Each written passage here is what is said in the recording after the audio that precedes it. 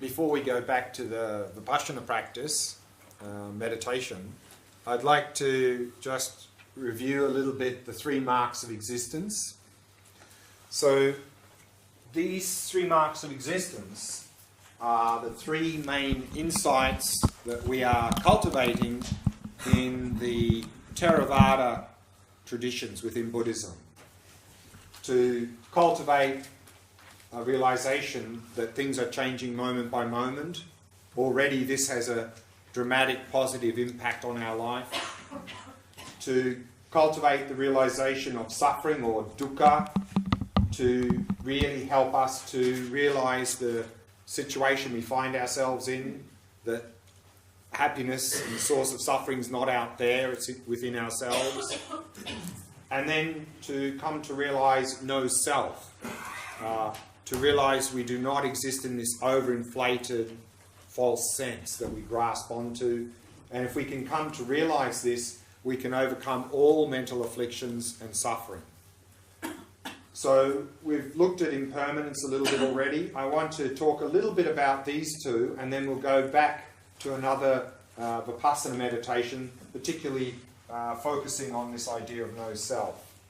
So here again, the second insight into suffering or dukkha is to really understand the condition we find ourselves in. Because this is the word that the Buddha used to describe the human condition. What situation do we find ourselves in now? And to better understand what that word means, we can talk about 3 types or levels of dukkha.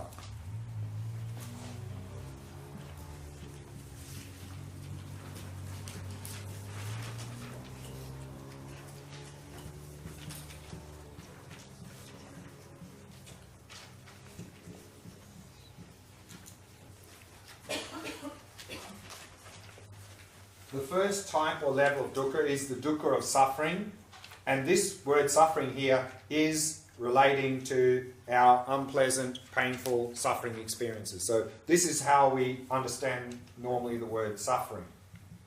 So part of the human condition, of course, is that sometimes we do in fact have unpleasant, painful, physical and mental experiences. I think that's something we can all relate to pretty easy. Then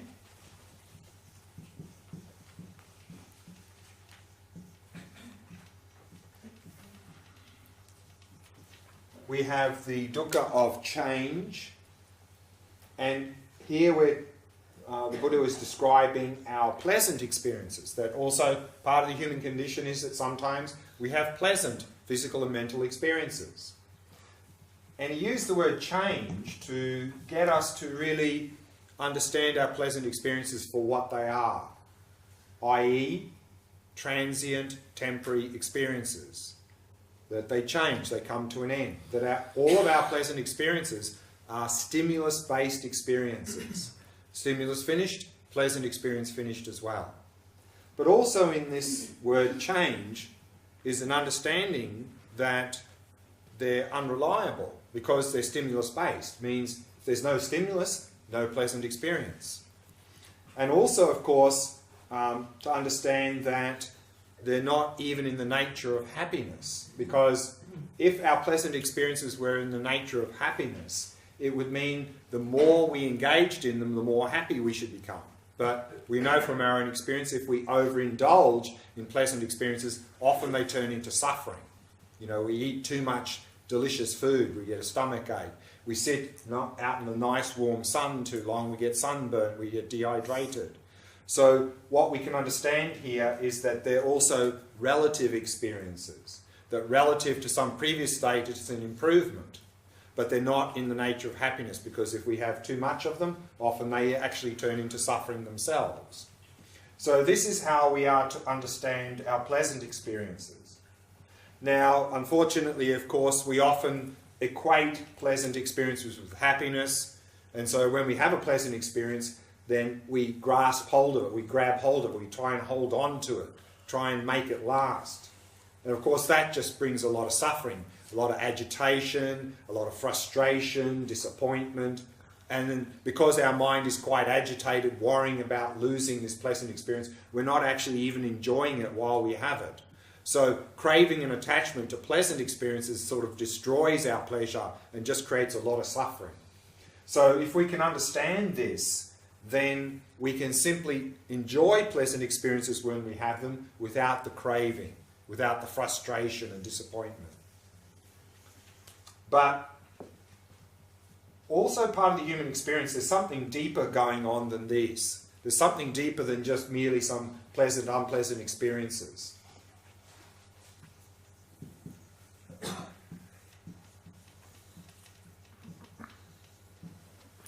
And that's the idea of what's called all-pervasive dukkha. All-pervasive, as the name suggests, means everywhere. Means that our human condition is such that there's nowhere we can go or be to be completely free of the potential of suffering. That potential is always with us. It's all-pervasive. So even though now maybe we're having a pleasant or even neutral experience, in the very next moment, suffering could arise. There's always that potential there. And so in that sense, our human condition is unsatisfactory. So sometimes people translate the word dukkha as unsatisfactory. So why is the human condition unsatisfactory? Well, unpleasant experiences, they're definitely unsatisfactory. We don't want them. Pleasant experiences are unsatisfactory in that they don't last. They're just transient. But at the deepest level, our condition is unsatisfactory because there's always a potential for suffering to arise. So this is what the word dukkha covers, all of that. And so if we can, in our Vipasana practice, if we can come to realise this, then we're going to stop looking out there for happiness, and we're going to start to look inside of ourselves for a source of suffering and source of happiness. So by realising this, we can really start to develop this aspiration for liberation from suffering. Any questions about that? So we're not supposed to look in ourselves in happiness, for happiness. We're looking, I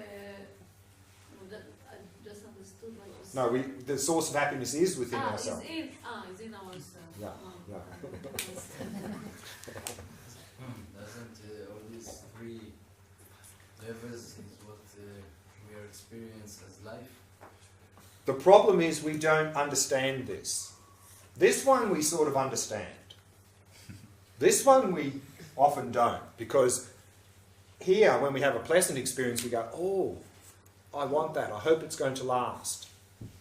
So we're not understanding it because it's changing, it's going to finish, but when it finishes and we don't appreciate that, we get frustrated, we get disappointed, all this stuff. So by not understanding this, we induce a lot of unnecessary suffering on ourselves. And by not understanding this, then we're continually looking out there for the source of happiness and suffering and just creating more suffering for ourselves. So yes, the goal here is to understand these experientially. Intellectually we could go, yeah, okay, yeah, I can sort of understand that. But then experientially, that's not how we see the world. So that's why Vipasana practice is to bring this intellectual understanding, which we may already have, bring it into experience so that we experientially see the world like this. Which means experientially, then if we have a pleasant experience, we enjoy it. If it's not there, it's okay. And experientially, we can understand there's always a potential for suffering because our mind is contaminated. So if we can bring this into experience in the Vipassana practice, to then a big change in our life. So this is what the Vipassana practice is about at this level, is to now see the world clearly, or our condition clearly, so then we can act in a way that is in harmony with the way things are, not out of sync and then create suffering for ourselves. I think I understood something that I've sort of lived in me, which is conceptually and intellectually, okay, no problem, obviously. Experientially, via conceptual, I think that's where I think a lot of people, or I am at least, I can do it while I'm experiencing something, and then I can say, okay, I understand that this is going to go, I understand in an actual experience. But you're talking about a level of experiential without any conceptualization whatsoever. Well, yes, because what we're trying to do is to remove the contamination from our mind that sees things in the wrong way. And just getting some new intellectual ideas is not going to be enough to do that. I mean, as a start, Yeah. we need that start, It's a middle. then we need to go forward. In fact, maybe I'll bring that up now. I was going to bring it up a little bit later, but maybe I'll bring it in now. It's a good point where you've mentioned that, is that with this and the emptiness that we're going to start to look at later, I mean, if we're sort of logically thinking about these points, in general, they're not too difficult to sort of at least appreciate at some level intellectually. Go, yeah, that sort of makes sense. That sort of, yeah, that sort of makes sense. But as you said, does that improve our life? That knowledge? Not really. Because Maybe when bad things happen, you can go back to those concepts and say, okay, I know this is going to pass. It's not going to be here forever. I'll be okay. Yeah, but then it's a constant struggle to Yes. remind ourselves, Yes. oh, by the way, this is going to pass. That's it. But the thing is with Vipasana practice is we go through 3 stages.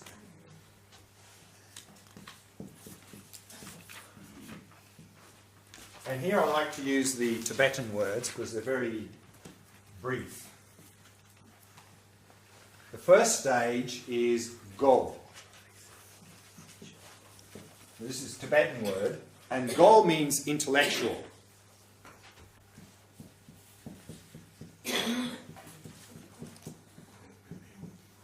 Which means first we need to gain some intellectual understanding of these. But that in itself is not going to make a big positive impact on our life. If we keep reminding ourselves, then maybe we can be a little bit helpful after the fact or even during, oh, this will pass, this will pass, this will pass. And that may help a little bit, but still not a lot. So we need to go to the next stage, which is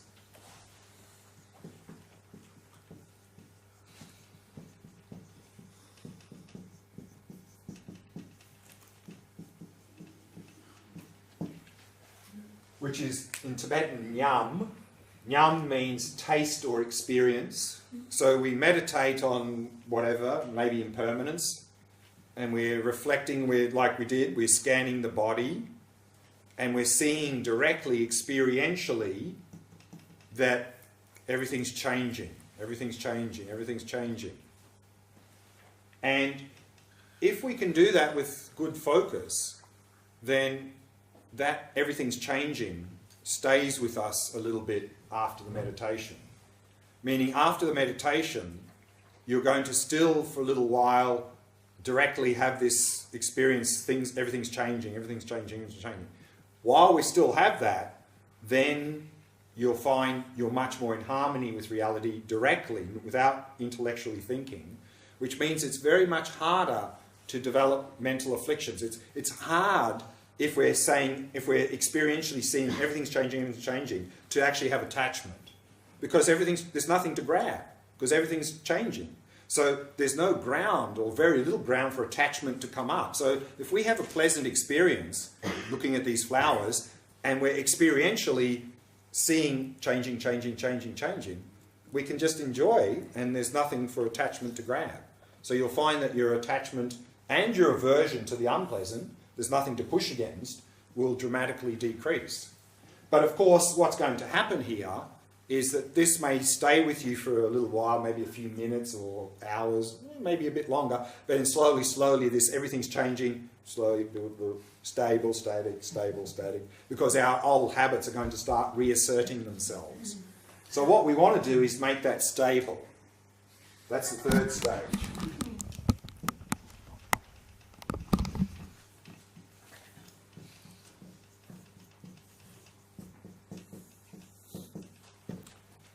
Top in Tibetan. In English, realization. So we want then, in our Vipasana practice, for these plus the emptiness, not to just be a little taste that has a good effect for a little while and wears off, but we want them to come to directly realize them in meditation, that is an experience that's going to stay with us long time. For that to happen, we need a very stable, clear mind. That's why we need the concentration practice, the shamatha practice. If we do no shamatha practice, it's going to even be difficult to get to stage 2, because we sit there, we're scanning the body, start thinking about breakfast, falling asleep. Oh, meditation's finished. What happened? And then nothing happens. If we can develop, if we do a bit of shamatha practice, our mind is more stable, more focused, more clear. We scan the body, noticing sensations, changing. And then that has a real stronger impact. That can stay with us a little bit, but it'll wear off. If we can develop really the shamatha, the very stable, clear mind, and we do this, we see at a very small level this constant change. We see that clearly, without distraction, without dullness, for maybe 10, 20, 30, 40, 50 minutes, an hour, just like that. That has a very strong impact on our mind. That's a realization. That stays with us. And then we can experientially see things like this long time. So what we're wanting to do in our Vipasana practice is, of course, first go from intellectual to experience and then to realization. Because it's only with this that we're going to start to eliminate mental afflictions and suffering. Here, temporarily subdued a little bit less mental afflictions, a little bit less suffering. But to get rid of it, we need this. That's why the basis of Vipasana practice is the shamatha practice. That's why in the Goenka 10-day Vipasana retreat, the first 4 days, you only do concentration practice. 10 hours a day, every day. Because if we don't, we can spend a lot of time doing this, scanning the body, falling asleep, thinking about other things, and not get anywhere. Not even get to here. So this is the progress in all of the Vipasana practice. But you have to do it every day to keep meditate every day to keep stable situation. Correct. And if we want to be good at anything, we have to practice every day. No? You want to be a concert pianist, practicing once a week for 20 minutes is not going to get you there. So, it's just a matter of priorities, Is this something that's going to be useful in our life?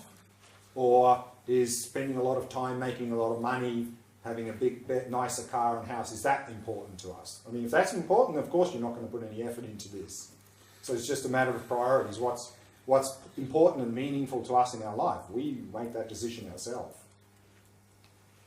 Oh, I do find that when you do start to do meditation, even if you don't reach shamatha, I mean the highest level, still you see a gradual, say, improvement of your life. Like there is a lessening of attachments. And Sure, absolutely, of course. I'm not saying we have to have shamatha and direct to have any impact. I mean, if we start to do some shamatha practice and we start to do this and we get a little bit of taste, of course we're going to notice improvement. And hopefully then that will make us more enthusiastic to continue. We see, wow, this practice is actually benefiting me. So let's put more effort in because it's going to help me a lot in my life. Of course. When you say that happiness, the source of happiness is within ourselves, do you mean that if we get rid of our mental afflictions, then we will be happy? Or Yeah. something else? So when I say happiness there, just to make that clear, we can talk about 2 types of happiness.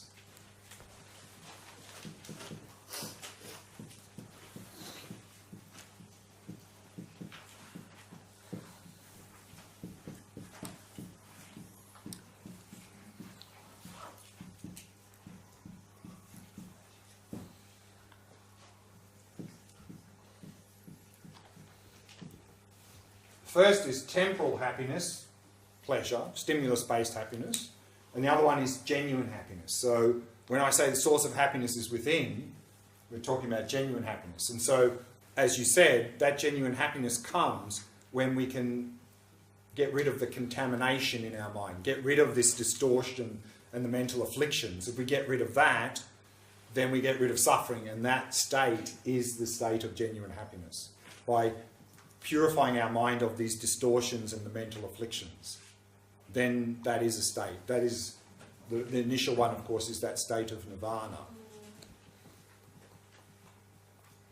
When you said the realization is taught, how do you connect it to the Vipasana? Is realization the insight, or what is the relation between? Yeah. I mean, yeah, Vipassana means insight, Yeah.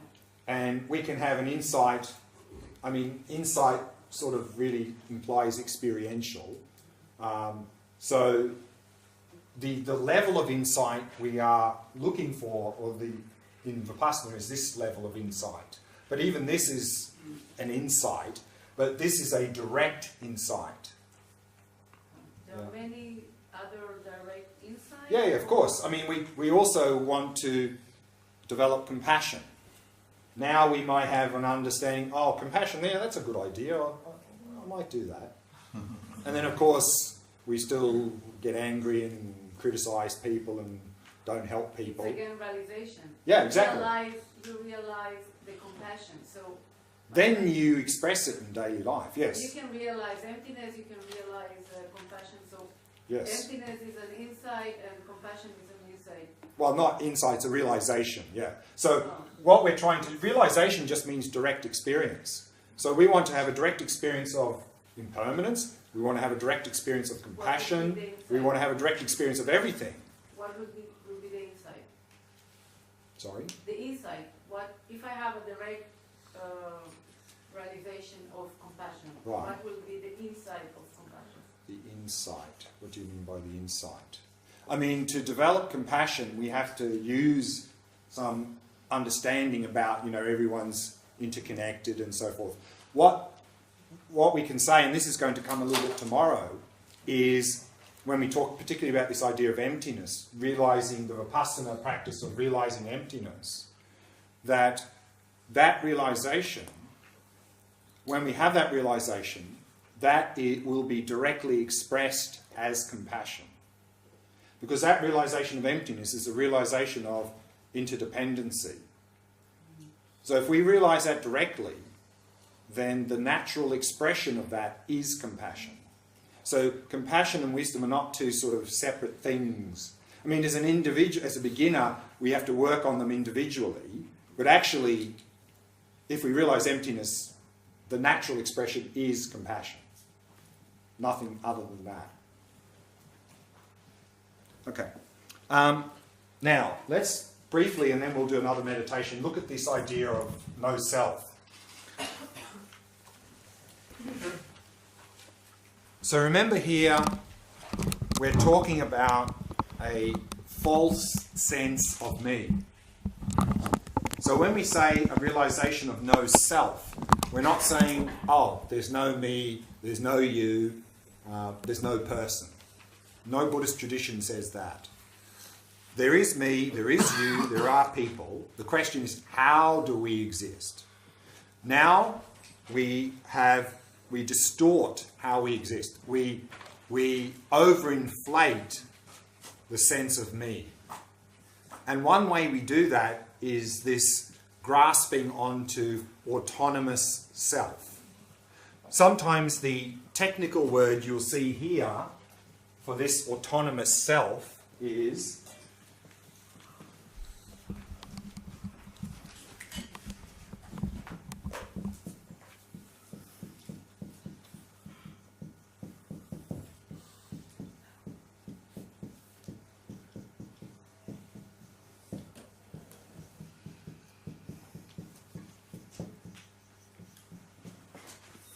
the technical term that often you'll see here is self-sufficient, substantially existent self. Self-sufficient means, as the name suggests, means somehow, like the word autonomous, existing within itself. That we have a sense that somewhere here is a me. And this me that seems to be here seems to be very self-sufficient. It seems not to rely on anything else to exist. That's what self-sufficient means. And substantially existent means something very solid and real. So we have a sense that somewhere mixed in here, somewhere here, is a me. But that me seems to be something more than just the body and the mind. The me seems to stand apart from the body and mind a little bit. Often the analogy here is the idea of master or controller. There's a me in here who's trying to run the show. There's a me here who's trying to become the master and controller of this body and mind. We have that sense. We have it in our language. I have a body, I have a mind. As if there's a third thing, there's me that has a body and has a mind. It's not the same as, it's different than the body and the mind, has a body and mind. And sometimes we also have the thought, you know, we look at our body and we go, and we don't like what we see and we say, we have this thought sometimes, oh, I'd like to swap this body for a younger, more beautiful, more healthy body. Sometimes we entertain these thoughts. And then we look at our mind and it's a mess, and sometimes we think, oh, I'd like to swap this mind for a more intelligent, more kind, less neurotic mind. We have these thoughts. But where is the me that could do that swap? Because if we take away this body and we take away the mind, where's the me left over that could do the swap? Is there anything more than the body and the mind here? And again, intellectually, when we think about it, we go, maybe not. Maybe it's just the body and the mind. Experientially, that's definitely not how we see things. Experientially, we definitely see or grasp onto instinctively this me, this self-sufficient, substantially existent me. There's a me here that is not just the body and the mind, that is the owner of the body and the mind, is the master, trying to be the master or controller of this body and mind. That's the instinctive sense of me we have. Here, that is said to be a false sense of me. That's an overinflated false sense of me. That's grasping onto a self-sufficient, substantially existent self. So what we're going to do in this meditation now is look for this self. Is there really a me like that here, anywhere? And so we're going to approach this meditation a little bit different to what we did in the last meditation. Any questions about that before we jump into the meditation? Is this really me? Well, so again, here we have to go through these stages. So first we have to have some sort of intellectual understanding. Then we meditate and come to nyam, taste or experience. Because thing is, if someone says, oh, you don't exist like that, and you go, oh yes, I believe that, is that going to help you in any way in your life? No. So that's not even intellectual understanding, that's blind belief. I mean, that's way back here. So blind belief is not helpful. I mean, the Buddha himself said, please don't accept anything I tell you merely out of devotion to me. He said, you need to be like a goldsmith who checks and tests the quality of the gold before accepting it. So if I say this, no use you going, oh yeah, I believe that. There's no such self. That's not helpful. We have to think about it and see whether it makes logical sense or not. And if it does, we can go then, okay, well, let's check this out. If it's really like that, let's meditate and see if that's really the case. Because the real proof is the realization there's no such self. We, in our direct experience, can come to see whether or not we exist like this. We have to do the experiment. If we don't do the experiment, then what to do? I mean, there's a lot of modern philosophies, very elaborate philosophies about self and world, and a lot of them are very